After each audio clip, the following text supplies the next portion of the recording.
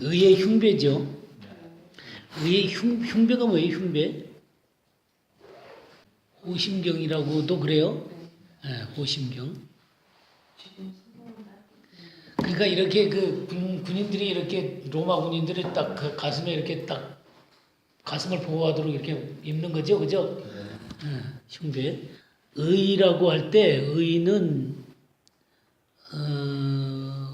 히브리어로는 제데크요, 제데크.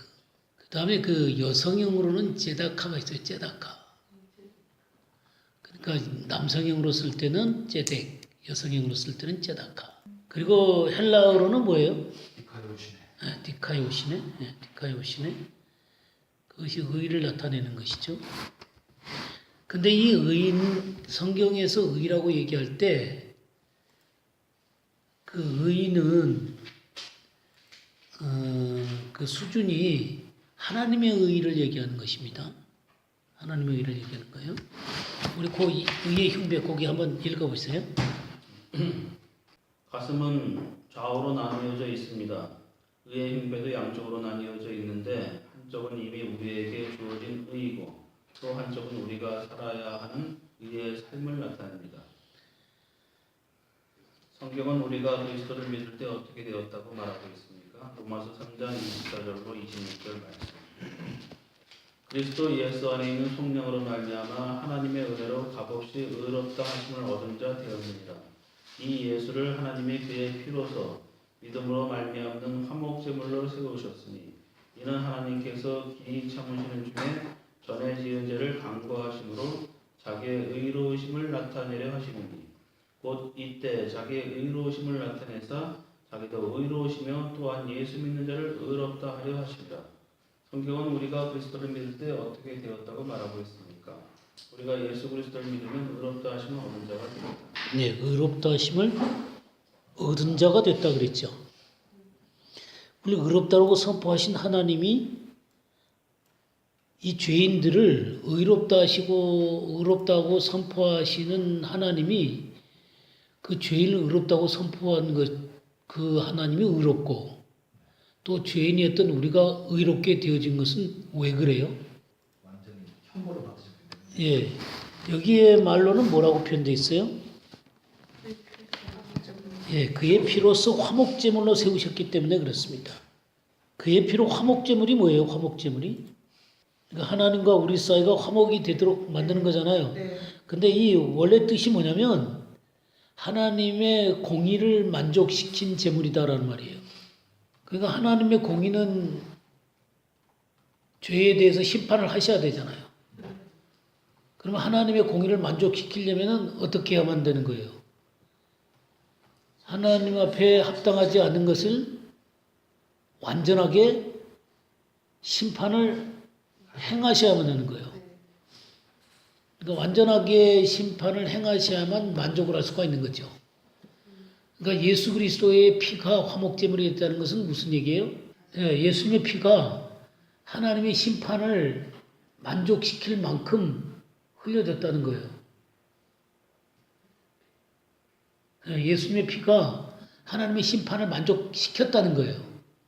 그만큼 예수 그리스도의 피는 이 하늘과 땅 사이에서 십자가에서 돌아가셨을 때 흘리신 그 피는 하늘과 땅 사이에 있는 모든 죄에 대한 완전한 값이에요. 그래서 완전한 값을 지불하셨기 때문에 이 죄의 심판의 값을 지불했기 때문에 하나님이 만족할 수가 있었던 거예요. 그것을 보고 성경은 속량이라고 그러는 거예요. 값을 지불하는 거예요. 값을 지불하고 사다. 이게 속량이에요. 미국에 그 노예 시장이 있었잖아요, 옛날에. 노예 시장에 이제 노예가 팔리면 경매가 일어나게 된다고요. 경매가 일어나게 되면 뭐 얼마요, 값이 얼마요, 이런 일들이 있겠잖아요. 딱 값이 정해지면 그 값을 지불하고 그 노예를 살 때 그 노예하고 또 뭐를 주냐면 그 노예 증서를 주는 거예요. 그래서 그 값을 받아가지고 그 노예를 이제 사는 것입니다. 그러면 산 사람이 소유가 되는 거예요. 근데 이 속량이라고 하는 것은 사가지고 노예 증서를 빡빡 찢어버리는 거예요. 그리고 너는 자유다라고 선포해 주는 게 속량이란 말이에요. 그러니까 이 노예에 합당한 값을 지불하고 사가지고 찢어버리고 자유를 선언하는 것. 이게 속량입니다. 그래서 하나님께서 예수님의 피가 이 화목제물로 완벽하게 하나님의 공의를 만족시켰기 때문에 하나님께서는 이제 죄의 증서를 어떻게 하는 거예요? 찢어버리시고 의롭다라고 선포할 수가 있는 거예요. 그러니까 하나님도 실현을 하지 않았기 때문에 의롭다 하심을 받게 되고 또 이 죄인들도 그 값이 지불돼가지고 완전히 찢어졌기 때문에 의롭다라고 선포되어지게 되는 거고 그래서 하나님도 그렇고 나도 그렇고 이게 바로 속량이고 화목제물이에요. 지금 그 의미를 얘기하는 것이죠. 여기 하나님의 은혜로 그랬잖아요. 은혜로 값없이 의롭다 하심을 받은 자 되었잖아요. 은혜라는 게 뭐예요? 예, 그렇죠. 전혀 받을 수 없는 자에게 거저 베푸시는 하나님의 호의.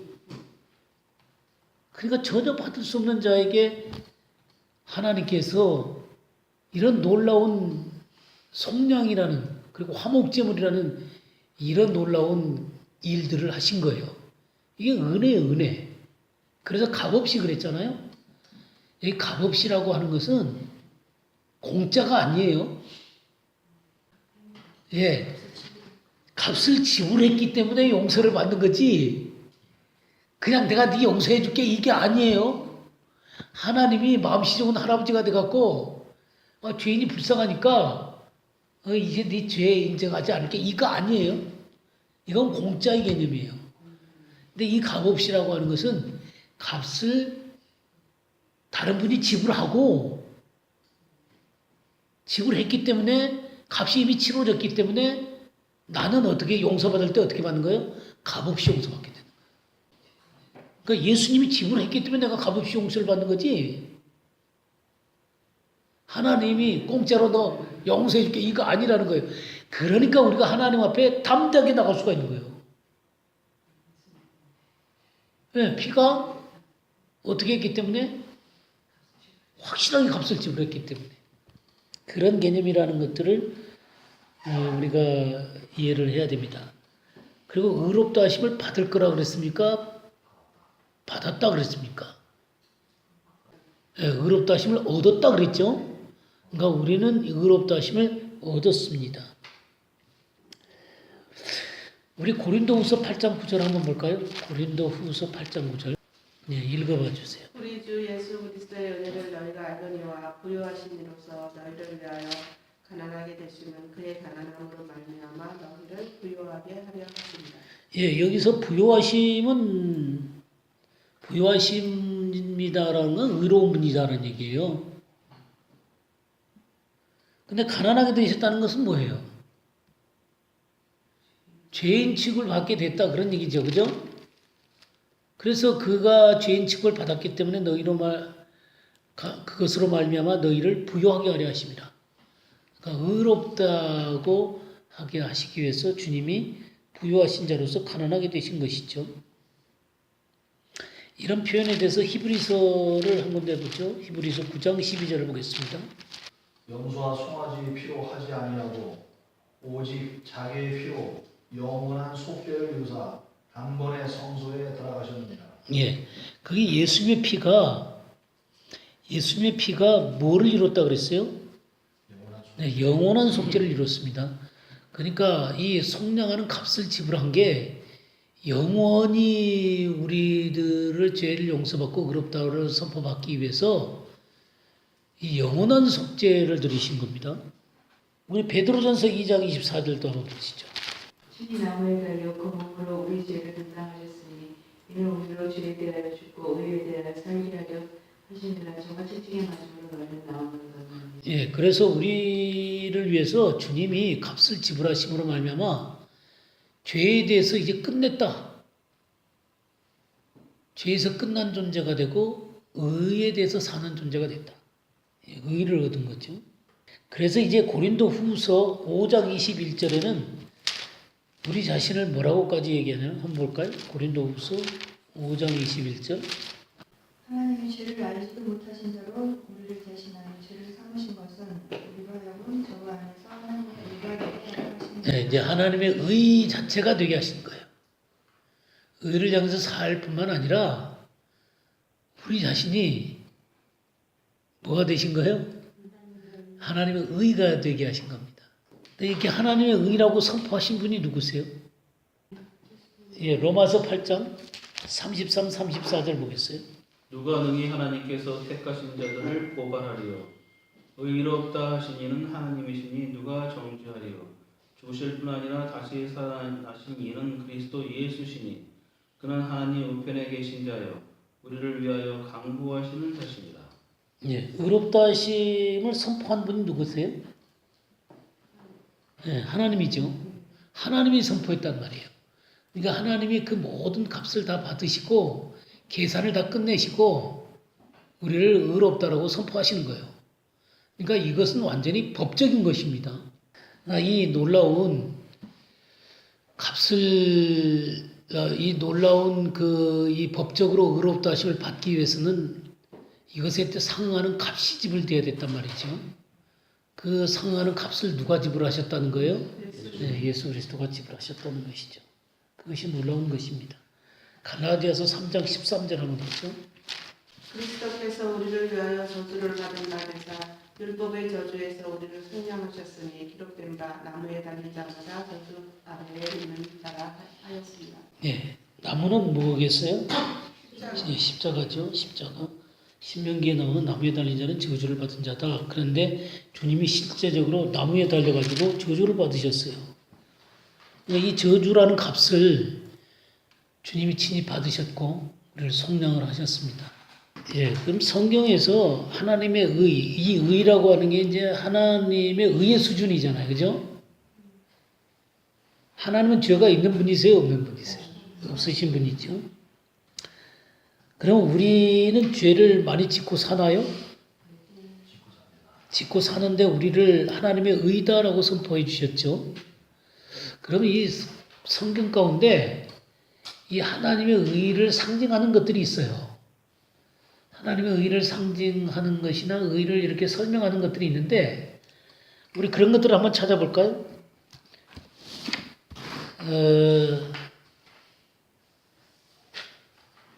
근데 이 의가 하나님의 의라 그랬잖아요.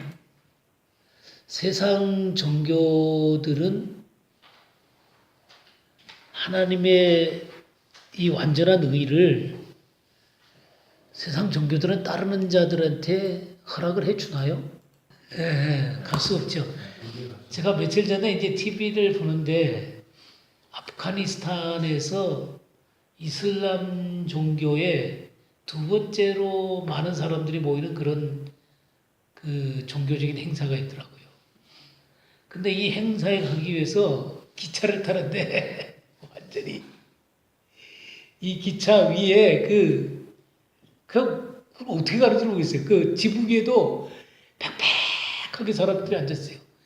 기차 앞에도 가는데 그 앞에 이렇게 매달려서 많은 사람들이 가는 거예요. 그런데 그 위에 또 올라가고 그러면서 왜 가냐고 물어보니까 우리는 이 종교적인 행사를 하기 위해서 간다 그러더라고요.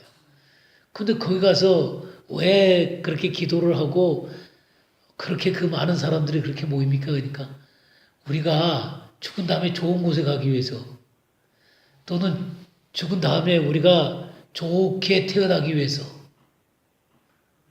또 우리 아버지의 영혼을 위해서 그렇게 얘기를 하는 거예요. 그러니까 우리 죄를 깨끗이 씻기 위해서요. 그러니까 그 생명을 걸고 그 수많은 사람들이 그 기차를 타고 그렇게 가면 돼. 그들에게는 답이 없더라고요.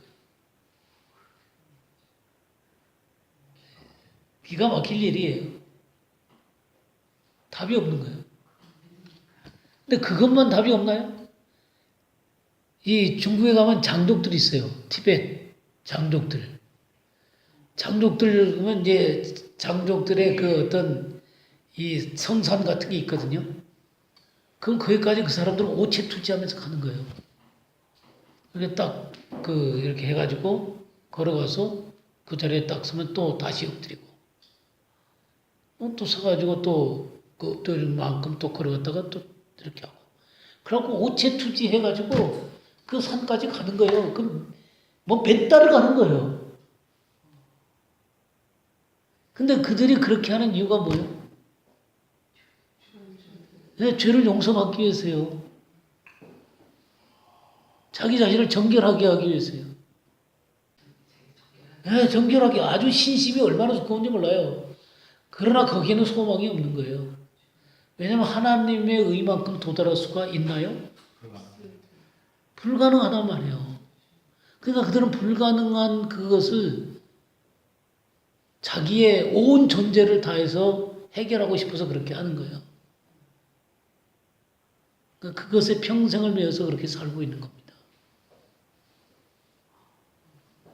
그것이 다른 종교 가운데 있는 거예요.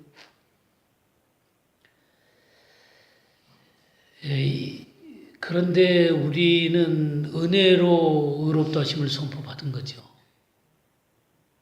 이게 너무너무 놀라운 거죠. 이거는 그리스도의 희생이라는 것이 전제돼서 우리를 의롭다라고 선포해 준 것입니다. 네, 너무 과분한 거죠. 너무 과분한데 그 사람들이 죄를 씻기 위해서 그렇게 자신을 그 신들에게 헌신해 가면서 자기 자신을 표현하는데 우리 값없이 의롭다 하심을 받아놓고도 죄를 별로 두려워하지 않죠. 그러니까 하나님께 의롭다 하심을 받은 것에 대한 뭔가 태도가 여기에 문제가 있다는 거예요. 그러니까 이 거룩하심을 받고 의롭다 하심을 받았다라고 하는 것은 그만큼 하나님 앞에 우리가 의라고 하는 것을 부여받은 사람으로서 살아야 되는 삶의 방식이 있겠죠. 그러니까 기독교는 은혜가 너무 크다 보니까 은혜를 너무 값싸게 여기는 거예요. 그래서 이제 기독교 내에 값싼 은혜가 맞냐? 정말 그 값비싼 은혜냐? 값싼 은혜냐, 값비싼 은혜냐 이걸로 말미암아 신학의 논쟁이 벌어지는 거예요. 값싼 은혜와 값비싼 은혜는 뭔지 아세요? 값싼 은혜는 아무 자격 없는 우리를 하나님께서 완벽하게 우리의 어떠함에도 불구하고 용서하셨다는 거예요. 그럼 값비싼 은혜는 뭐냐면 하나님께 용서를 받는 것은 우리가 죄에 대해서 죽고 하나님의 의에 대해서 산 자로서 죄에 대해서 우리의 모든 삶이 돌이켜진 것을 의미하는 거다. 그 돌이켜짐이 전제하지 않는 안에서 의롭다고 선포되는 것은 그것은 너무나 값싼 은혜다. 그것은 주님 앞에 합당하지 않은 거다.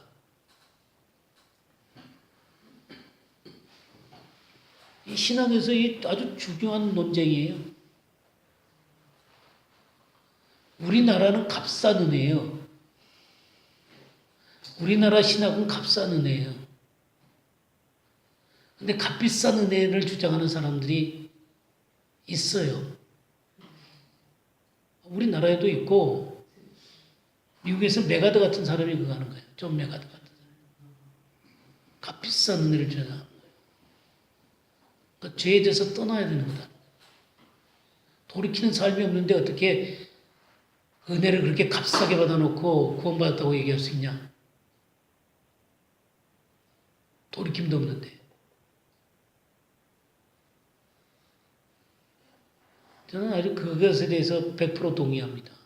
주님의 십자가의 피로 우리를 위해서 그 값을 지불해 주셨는데 그 놀라운 사랑을 받은 우리가 주를 위해서 피 흘리기까지 죄에 대해서 태어나는 것이 없다면 그는 은혜가 아니라 이거는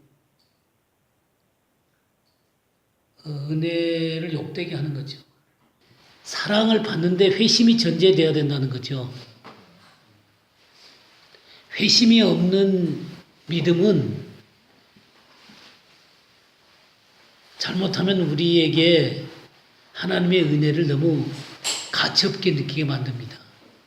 이런 거예요. 왜냐하면 우리가 죄인이고 죄를 우리가 해결할 수가 없다. 우린 죄를 뭐 한 푼이라도 제대로 다 갚을 수 있는 능력이 없는 거다.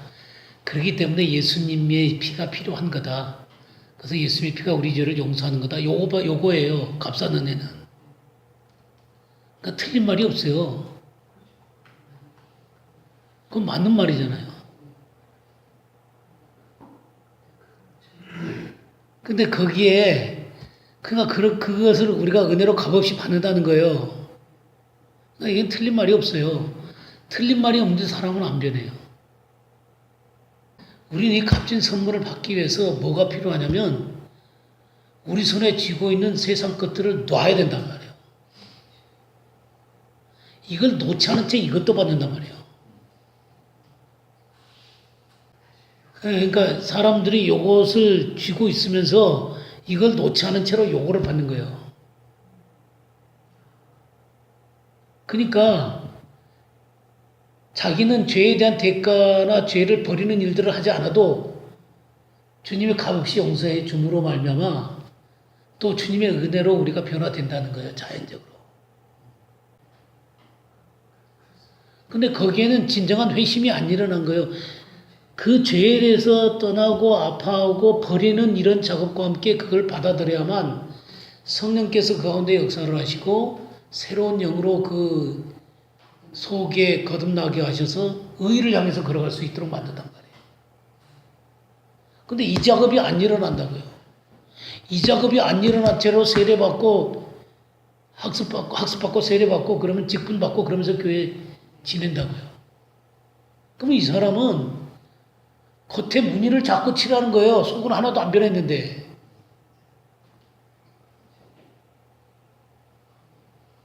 이게 진짜 구원이냐 그 말이에요. 그러니까 그것이 이제 두 가지 종류가 있어요. 처음에 예수님을 믿을 때 그렇게 확실하게 딱 그게 끝나갖고 이렇게 변화돼갖고 예수님을 믿고 회개되어진 사람들이 있고 예수님을 믿은 다음에 자기의 가르침이 분명하다 보니까 점점 죄를 떠나게 하는 그런 분위기 가운데서 죄를 버리고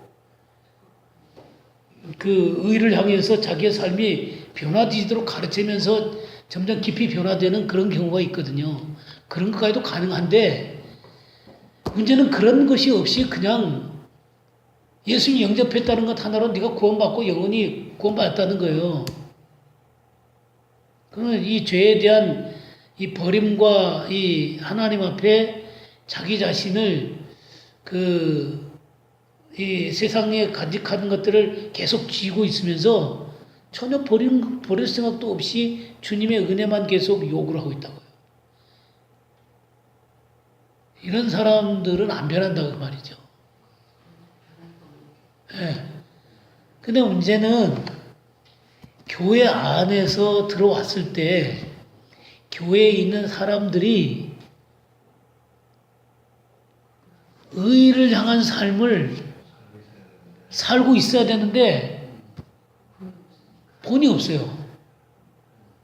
다 은혜로 구원받은 거야. 그러니까 의롭다 하심을 받았다는 것은 그 다음에 이 의롭다함이 의의 삶으로 나타나줘야 된다는 거죠. 그러니까 의롭다 하심을 받았는데 의가 안 나타나면 여기에는 뭔가가 문제가 있다는 거예요. 그러니까 말이라고 하는 게 우리가 가르침을 받는다는 게 은혜로 구원받고 값없이 구원받는다라고 하는 것들이 이것이 진정으로 그 속에 새겨져서 그 사람이 죄를 버리고 의 가운데로 나와서 삶으로 드러내는 것들까지 나와야 되는데 그가 죄를 용서받았고 의를 얻었는데 그 다음에 죄를 버리는 것이 없단 말이에요. 하나님의 의에 대해서 우리 창세기 한번 보겠습니다. 창세기 3장 7절 한번 볼까요? 이에 그들의 눈이 밝아져 자기들이 벗은 줄 알고 무화과나무 잎을 엮어 치마로 삼았더라. 눈이 밝아졌죠? 그래서 자기들이 벗은 줄 알았어요. 이건 뭘 얘기하는 거예요? 자기가 죄인임을 보게 된 거죠, 그죠? 그래서 무화과나무 잎을 자기의 수치를 가렸잖아요, 그죠? 21절도 읽어주세요. 여호와 하나님이 아담과 그의 아내를 위하여 가죽옷을 지어 입히시니라. 예, 가죽옷을 지어 입히셨죠, 그죠? 가죽옷을 입히시기 위해서는 한 마리 짐승이 죽어야 되죠, 그죠? 죄 없는 짐승이 죽었단 말이에요. 그래서 가죽옷을 입혀서 그 수치를 가렸습니다. 이 가죽옷이 바로 하나님의 의를 상징하는 거예요. 예, 그 다음에 창세기 15장 6절 보겠습니다. 아브라함이 여호와를 믿으니 여호와께서 이를 그의 의로 여기시고. 네, 하나님의 말씀을 믿었잖아요, 그죠? 하나님의 말씀을 믿으니까 여호와께서 이를 그의 의로 여기셨다 그랬죠? 그의 의로 여기셨어요. 이제 믿음으로 의롭다 하심을 받는 것에 대해서 얘기를 하고 있습니다. 출애굽기 39장 1절을 한번 볼까요? 그들이 여호와께서 모세에게 명하신 대로 청색, 자색, 홍색 실로 성소에서 섬기기 위한 정교한 옷을 만들고 또 아론을 위한 거룩한 옷을 만들었다. 네, 아론을 위해서 무슨 옷을 만들었어요? 네, 거룩한 옷을 만들었어요. 그러니까 이 제사장들이 입는 옷이 있어요. 이 제사장들이 입는 옷은 바로 하나님 앞에 의를 상징하는 것입니다. 그래서 하나님을 섬기도록 이 거룩한 옷을 입어야 됐었어요. 시편 51편을 한번 볼까요? 51편 4절. 내가 주께만 범죄하여 주의 목전에 악을 행하였사오니 주께서 말씀하실 때에 의로우시다 하고 주께서 심판하실 때에 순전하시다 하리이다. 예, 누가 의롭다 하시고 선포해요? 예, 주께서 의롭다 하시고 선포하는 거예요. 의로우시다라고 이게 주님께서 선포해 주시는 거예요. 이게 하나님의 의라는 것입니다. 그러니까 주님이 의롭다라고 이렇게 선포를 해야만 우리가 의로운 거예요. 그러니까 의 없이는 우리가 하나님 앞에 절대로 설 수가 없는 것이죠. 자, 이사야 61장 10절을 보겠어요. 내가 여호와로 말미암아 크게 기뻐하며 내 영혼이 나의 하나님으로 말미암아 즐거워하리니 이는 그가 구원의 옷을 내게 입히시며 공의의 겉옷을 내게 더하심이 신랑이 사물을 쓰며 신부가 자기 보석으로 단장함 같게 하셨습니다. 네, 신랑이 사모를 쓰고 신부가 자기 보석으로 단장함 같이 그래 결혼식으로 나가잖아요.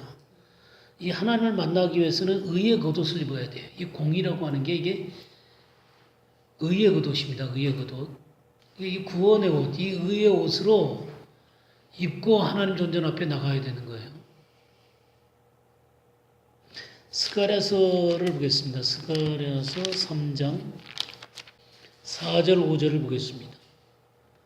여호와께서 자기 앞에 선 자들에게 명령하사 그 더러운 옷을 벗기라 하시고 또 여호수아에게 이르시되 내가 네 죄악을 제거하여 버렸으니 네게 아름다운 옷을 입히리라 하시기로 내가 말하되 정결한 관을 그의 머리에 씌우소서 하매 곧 정결한 관을 그 머리에 씌우며 옷을 입히고 여호와의 천사는 곁에 섰더라.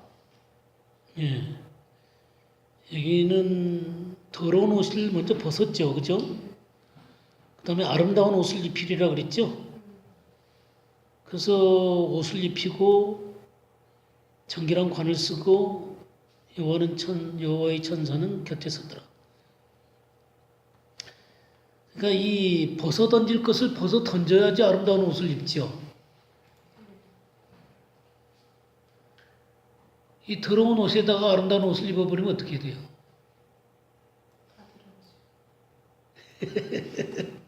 아름다운 옷도 지저분하게 되는 거죠.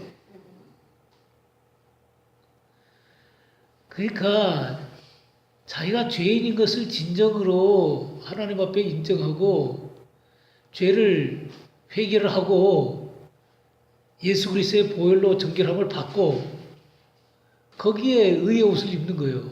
근데 이 죄에 대한 해결 절차가 없이 예수님만 믿는 거예요. 물론 이 회개도 하나님의 은혜로 돼요. 은혜로 되지만 자기가 죄를 버릴 하나님 앞에 죄를 버리고 정말 예수님을 믿겠다 그럴 때는 버릴 마음과 정말 이 더러운 옷을 벗어 던지고 의의 옷을 입는 그런 작업이 함께 전제되면서 예수님을 믿어야죠. 근데 주님만 그냥 믿는다 그러는 거예요. 그 교회 처음 나올 때 어떤 사람이 이제 교회 나왔단 말이에요. 교회 나오면 난 죄를 버리고 의를 못 입겠습니다. 그러겠어요? 그냥 모를 거 아니에요. 그럼 하나님의 말씀을 하나하나 가르쳐야 될 거 아니에요. 그럼 가르치면서 예수를 믿어야 구원 얻습니다. 얘기하는 동시에 당신은 이제 죄에 대해서 죽은 자고 하나님에서 산 자입니다. 죄를 버리는 일들을 하셔야 돼요. 그리고 떠나는 작업을 해야 됩니다. 그가 처음에는 갈등할지라도 그렇게 얘기해 주면 그가 죄에 대해서 인식이 생겨나겠어요? 안 생겨나겠어요? 그러면서 버리는 일들이 벌어진단 말이에요. 그러면서 예수 믿는 것들이 점점 깊어져 간단 말이에요. 근데 이 작업을 해줘야 되는데 죄를 하나도 지적을 안 하는 거예요. 그냥 하나님이 당신 사랑하신다는 거예요. 물론 그 갈등이 깊은 사람들이 있어요. 또 시간도 걸릴 수도 있어요. 그렇지만 시간도 걸리고 또 그럴 수 있지만 주변에 있는 사람들이 하나님의 의를 향해서 걸어가고 있으면 그 사람이 그런 것을 볼 때 지금 자기 자신을 쉽게 볼 수가 있단 말이에요. 근데 다른 사람들이 전부 다 죄에 대해서 별로 둔감한 채로 살아간단 말이에요. 그럼 그 사람이 죄를 버릴 의도가 생겨나겠어요? 그게 안 된다는 거죠. 그러니까 교회라고 하는 거는 의가 선포되어질 뿐만 아니라 의가 무엇인지를 보여줘야 되는 것이어야 돼요.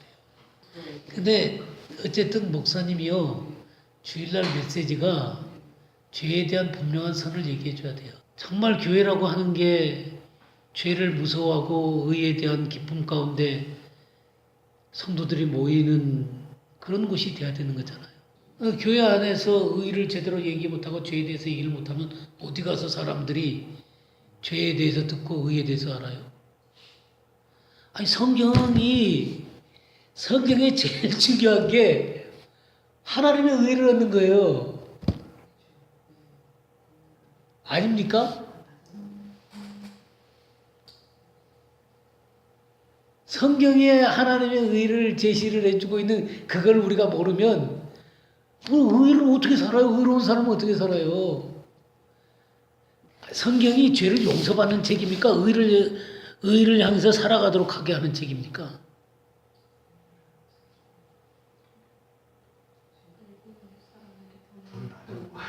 아니, 물론 둘 다죠. 그러나 궁극적으로는 의를 알고 의를 행하도록 하는 책이에요.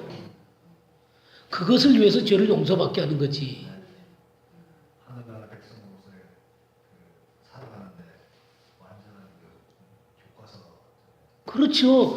그러니까 의를 얘기하는 책이고 의를 얻는 방법을 얘기하는 것이고 의를 행하는 것들을 얘기하는 게 성경인데 죄를 용서받는 것만 가르치면 어떻게 해요?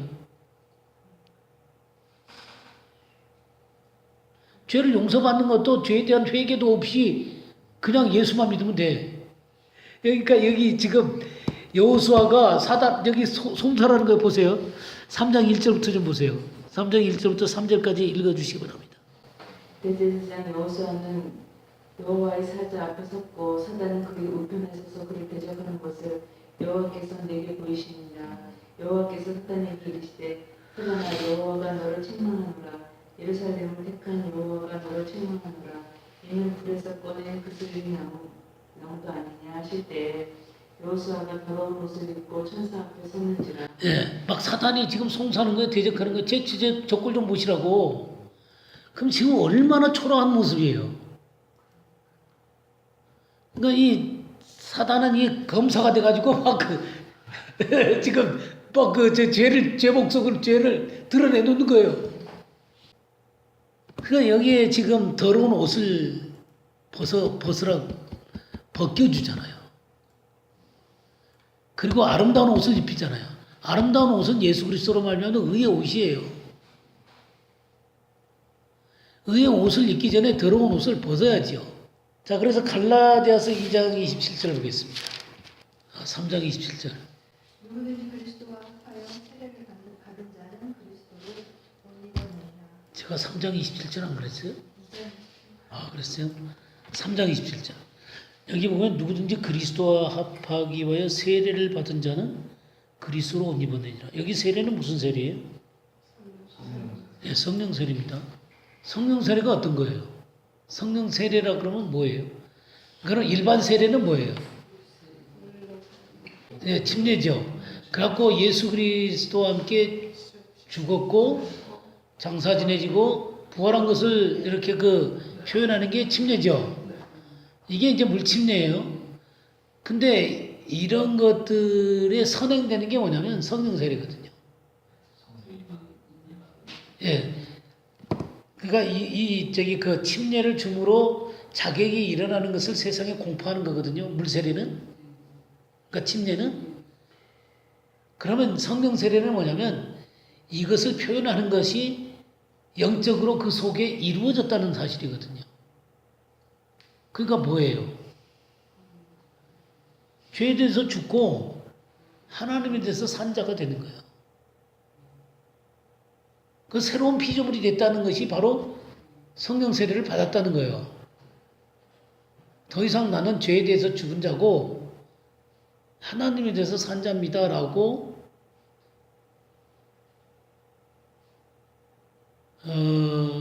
되어지는 게 이제 이 영적 세례거든요. 성령 세례. 근데 이 성령 세례에는 뭐가 있냐면 수동적인 것이 있고 능동적인 것이 있어요. 그러니까 수동적인 부분이 있고 능동적인 부분이 있어요. 수동적인 부분은 뭐겠어요? 이 갈라디아서 2장 20절 보세요. 내가 그리스도와 함께 십자가에 못 박혔나니 그런즉 이제는 내가 사는 것이 아니요 오직 내 안에 그리스도께서 사시는 것이라. 이제 내가 육체 가운데 사는 것은 나를 사랑하사 나를 위하여 자기 자신을 버리신 하나님의 아들을 믿는 믿음 안에 사는 것이라. 예, 여기에 지금 수동적인 것은 예수 그리스도와 함께 십자가에 못 박혔다 그랬잖아요. 못 박힌 자다. 그 다음에 내게 사는 것이 그리스도다 그랬잖아요. 그래서 그 그리스도를 믿는 믿음으로 사는 것은 내가 사는 거예요. 그죠? 능동적으로 사는 거예요. 근데 이 믿음으로 산다는 말을 갈라디아서 5장 24절에서 뭐라고 표현되어 있냐면 5장 24절 읽어주세요. 그리스도 예수의 사람들은 육체와 함께 그 정욕과 탐심을 십자가에 못 박았느니라. 네. 못 박은 건 누가 박은 거예요? 네, 내가 박은 거예요. 그러니까 내게 이루어진 것을 내가 믿음으로 선포를 하는 거예요. 그렇습니다. 나는 죽은 자입니다. 그리고 이 못 박았느니라는 것은 그것을 인정하는 것만 아니라 이제 실질적으로 그것을 삶으로 표현해 내는 거예요. 이게 성령 세례예요. 그러니까 수동적인 부분이 있고 능동적인 부분이 있다 이거야. 그건 주님이 나를 십자가에서 함께 죽게 해도록 끝내놓으셨단 말이에요. 그러니까 이걸 갖다가 내가 믿음으로 받아들였으면 이제 실질적으로 나도 나를 못 박는 거예요. 그리고 못 박아 죽은 것으로 계속 인정하고 주님을 믿는 믿음 가운데서 계속 주님을 드러내면서 내 육신을 거부하고 주님의 말씀을 의지해 가면서 또 그 말씀을 선포해 가면서 믿음으로 살아가는 거예요. 이게 성령 세례가 이루어진 거예요. 그러니까 성령 세례가 이루어지면 그 사람은 바뀔 수밖에 없어요. 수동적인 것과 능동적인 것이 함께 어우러졌기 때문에. 그러니까 이런 거를 성도들이 오면 잘 모르잖아요. 그럼 하나하나 이걸 가르쳐 줘야지. 이거 우리가 예수 믿는다는 건 이런 거다. 믿는다는 것은 내가 죄에 대해서 죽은 거다. 하나님에 대해서 산 거다. 내 안에 그리스도께서 사신 거다. 그리고 그리스도께서 우리가 십자가에 못 박힌 거다. 못 박힌 거다. 그러니까 니도 네 자신을 죽은 자로 그렇게 인정하고 못 박아야 되는 거다.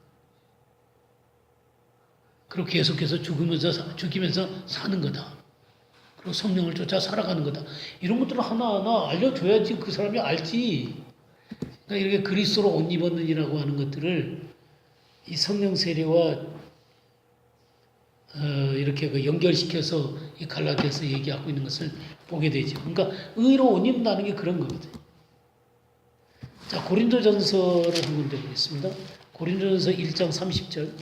너희는 하나님으로부터 나서 그리스도 예수 안에 있고 예수는 하나님으로부터 나와서 우리에게 지혜와 의로움과 거룩함과 구원함이 되셨으니. 예. 그러니까 예수 그리스도 그분 자체가 우리 안에 사시는 분이잖아요. 그분이 우리의 뭐가 된다 그랬어요? 지혜도 되고, 의로움도 되고, 거룩함도 되고, 구속함이 되시는 거예요. 그러니까 그분 자체가 우리의 의가 되는 거예요. 그래서 우리가 하나님의 의가 되는 것입니다. 그러니까 이런 하나님의 의라고 하는 게 구약에서 쭉 그런 것들을 모형으로 이렇게 보여오셨던 거예요. 그리고 여기 뭐 얘기 안 한 거지만 제사 드릴 때 이렇게 그 손을 얹고 죄가 전가되어지는 거, 그래서 죽는 거, 그런 것들도 다 그런 모형이거든요. 또 제사장들이 의로운 옷을 입고 관을 쓰고 하는 것들도 다 우리가 주님 안에서 그렇게 의로워졌고 또 의의 관을 쓰게 된 하나님 안에서 거룩한 자들인 것을 드러내는 거거든요. 이런 것들이 전부 다 성경 가운데는 하나님의 의를 제시하는 것으로 가득 차 있다고요. 근데 의의 기준에 대해서 제대로 얘기를 해주지 않으면 그 사람들은 세상과 똑같이 살면서도 그냥 하나님의 은혜로 구원받고 죄 용서 받는다라는 것밖에 모른단 말이죠. 그게 어떻게 승리의 삶을 사냐고요. 의의 삶을 사냐고요. 그러니까 내가 의를 얻었다. 하나님 안에서 의를 얻었다라고 하는 것은 의로 표현되어져야 된다고 말이에요.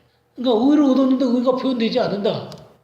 그러니까 이 의의 흉배라고 하는 것은 이 두 개의 양쪽을 제가 얘기했잖아요. 하나는 의를 얻는 것, 또 하나는 의를 행하는 것. 자, 2번 보겠습니다. 성경은 예수 그리스도가 자신의 몸을 단번에 들이심으로 말미암아 우리가 얻은 것이 무엇이라고 말하고 있는가. 그래서 10장 10절 말씀.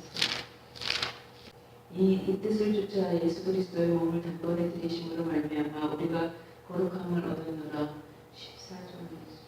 저가 한 제물로 거룩하게 된 자들을 영원히 온전케 하셨느니라. 참 이런 말씀을 보게 되면 우리가 거룩함을 어떻게 했다 그랬습니까? 얻었다 그랬죠? 언제까지 얻었다 그랬습니까? 영원히 거룩하게 됐다 그랬죠? 거룩이라는 게 뭡니까? 거룩이라는 게. 거룩이라는 게 뭐냐면 하나님께 합당하게 구별되는 거예요. 거룩해졌다는 것하고 거룩을 얻었다는 것하고 거룩하라는 말에 차이가 있는 거죠. 그 차이는 뭐예요? 거룩함을 얻었다는 것하고 거룩하라는 것하고의 차이점이 뭐예요? 우리가 진짜로 거룩함을 얻었습니까? 예. 그럼 우리가 완전히 거룩해졌으면 주님처럼 완전히 거룩한 삶을 나타내야 되는 거죠. 그러면 내가 거룩해졌는데 내가 주님처럼 거룩하게 못 살면 정죄감이 안 생기세요? 그러니까 내가 거룩함을 얻었잖아요. 영혼이 진짜 거룩합니까? 그럼 그때 일어나는 게 정죄감이 있을 수도 있죠. 그럼 그때 어떻게 벗으세요? 그러니까 계속적인 작업이 필요한 거예요. 우리가 하나님의 말씀으로 씻는다 그랬잖아요. 말씀으로 씻는 거예요. 말씀으로 씻으면서 드러날 때 금방금방 자백하고 그러나 또 그 가운데서도요 뭐가 참 필요하냐면 주님의 십자가의 승리 위에 서 있는 게 굉장히 중요해요. 예. 아니 어려운 게 아니라 그 위에 서 있으셔야 돼요. 그 위에 서 있으셔야 돼요. 그리고 자백했으면 빨리빨리 벗어 던지고 믿음으로 나가야 돼요. 근데 계속되는 게 무슨 싸움이냐면요. 계속 씻고 거룩함으로 나아가는 건데 여기에 이제 여기에 뭐가 있냐면 주님 앞에 자복했으면은 빨리빨리 그냥 나가야 되는데 뭐가 문제냐면 이 감정이 문제예요. 이 감정이 해결이 잘 안 돼. 내 감정이 뭔가 찜찜하고 막 그래. 근데 그럴 때 또 한 가지 문제가 뭐냐면 그런 것과 더불어 우리에게 필요한 게 뭐냐면 하나님의 말씀과 기도 가운데 우리가 들어가게 되면 그런 것들이 쉽게 되어지게 되는데 기도와 말씀을 등한히 하게 되면 이런 문제가 찝찝하게 계속 남는다는 거예요. 그러니까 그런 감정적인 문제를 쉽게 던지기도 할 뿐만 아니라 하나님의 말씀을 지속적으로 묵상하고 기도하고 하는 작업들이 우리에게 필요한 거예요. 그러니까 되도록이면 우리의 많은 시간을 말씀 읽는데 보내는 게 굉장히 좋아요. 그리고 순간순간 기도하는데 보내는 게 굉장히 중요하다고요. 물론 우리가 여러 가지 일들이 있잖아요. 집안일도 해야 되고 또 사회적인 일들도 해야 되고 여러 가지 일들을 우리가 해야 되지만 뭐 그런 것들을 할 때 짬짬이 또 시간이 날 때 걸어갈 때 또 우리가 차 타고 갈 때 끊임없이 리마인드를 시키고 하나님 말씀회로 나가고 기도회로 나가고 하는 이 작업들이 우리가 꾸준히 있어야 되는 거예요.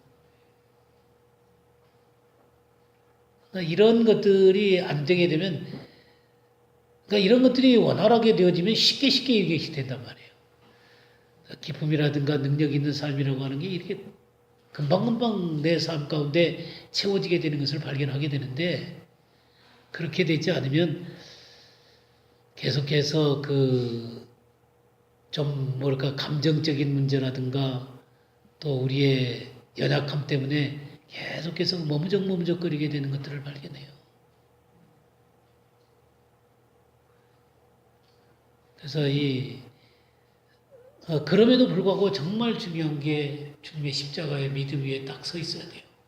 십자가의 승리 위에 딱 서 있어야 되고 또 금방금방 자백하고 일어나야 되고 또 금방 말씀회로 가고 하는 이 의의 선포가 계속해서 이루어져야 되는 것이죠. 고린도전서 6장 9절에서 11절. 불의한 자가 하나님의 나라를 유혹으로 받지 못할 줄을 알지 못하느냐. 유혹을 받지 말라. 분단하는 자나 우상 숭배하는 자나 간음하는 자나 남색하는 자나 도적이나 탐남하는 자나 술 취하는 자나 후욕하는 자나 토색하는 자들은 하나님의 나라를 유혹으로 받지 못하리라. 너희 중에 이와 같은 자들이 있더니 주 예수 그리스도 이름과 우리 하나님의 성령 안에서 씻음과 거룩함과 의롭다 하심을 얻었느니라. 네. 이게 어떤 자들이 하나님의 나라를 유혹으로 받을 수 없다 그랬어요. 예, 음행하는 자, 우상 숭배하는 자, 하는 자, 탐색하는 자, 남색하는 자, 도적, 탐욕을 부리는 자, 술 취하는 자, 거역하는 자, 속여 빼앗는 자. 이런 자들은 하나님의 나라를 유혹으로 받지 못해요. 이런 사람들이 진짜 하나님 나라를 유혹으로 받지 못합니까? 합니다. 근데 교회에 이런 사람 없어요? 있습니다. 있어요, 없어요? 있습니다.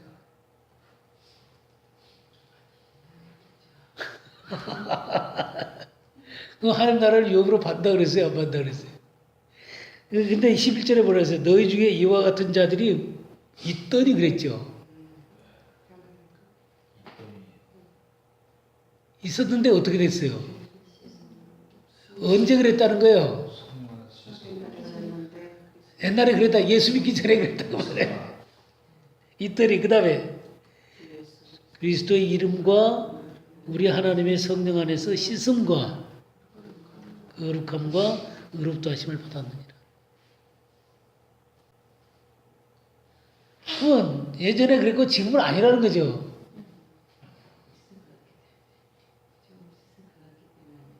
아니죠. 안 해야 된다 이 말이요. 이게 거룩함이란 말이죠. 여러분들 구약을 읽을 때 거룩함을 더 느끼세요? 신약을 읽을 때 거룩함을 더 느끼세요? 그러니까 구약과 신약이 전부 다 거룩하지요, 사실은. 네. 네, 거룩하고 구약의 하나는 또 무시무시하잖아요. 네. 근데 이 신약에서 정말 구약과 차이가 있는 게 뭐냐면 우리 안에 성령님이 계시다. 그래서 신약에서의 이 가르침은 좀 더 세밀하고,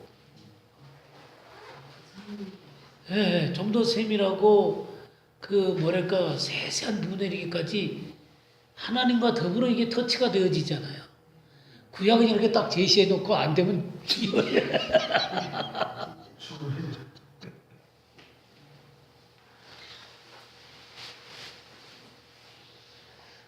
그래서 이 신약과 구약을 함께 읽는 게 너무 중요한 것 같아요. 그래서 그런 말 있잖아요. 신약은 구약에 들어있고 구약은 신약에 나타나 있다. 예, 신약의 구약에 들어있습니다.